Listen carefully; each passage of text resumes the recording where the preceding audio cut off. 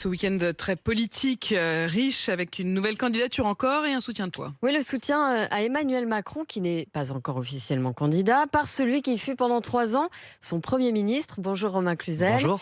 Édouard Philippe a été très clair hier soir. L'ancien Premier ministre a voulu dissiper tous les doutes sur ses intentions. Très présent médiatiquement ces derniers mois, Édouard Philippe était pourtant resté silencieux sur ses projets en 2022. Hier, chez nos confrères de TF1, il l'affirme, son choix, c'est Emmanuel Macron. Je pense, j'espère, qu'il sera candidat.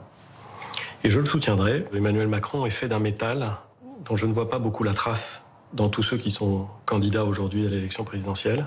J'allais dire la philosophie qui était celle du président de la République en 2017. C'était des réformes qui allaient dans le bon sens et qu'il faut les accentuer, les reprendre à bien des égards. Les membres de la majorité se sont empressés de relayer la vidéo de ce soutien sur les réseaux sociaux. Conscient de la grande popularité du maire du Havre, Édouard Philippe doit lancer le mois prochain un mouvement politique pour participer, il l'espère, à la prochaine majorité après les élections législatives. Marine Le Pen, elle a passé les clés du Rassemblement national à son poulain Jordan Bardella, 26 ans aujourd'hui.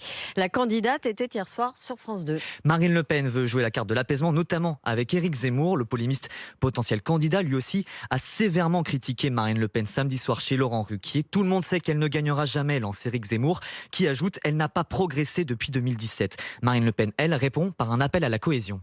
Moi, je n'ai encore une fois pas d'adversaire dans le camp de ceux qui croient en la France. Éric Zemmour fait partie de ceux qui croient en la France. Nous avons des divergences, c'est sûr, mais je pense qu'on gagne dans l'union et pas dans la division. Donc je ne le traiterai jamais comme un adversaire et je pense qu'il devrait réserver ses attaques à Emmanuel Macron, qui a quand même une énorme responsabilité, lui et d'autres d'ailleurs, dans la situation de notre pays. Bataille des 20h hier soir, puisqu'en face de Marine Le Pen sur TF1, Anne Hidalgo était sur France 2. Après l'officialisation de sa candidature à Rouen, la maire de Paris, désormais candidate à la présidentielle, a notamment martelé sa principale promesse de campagne, l'augmentation des salaires, notamment des soignants, des caissières, et même le doublement des salaires pour les enseignants.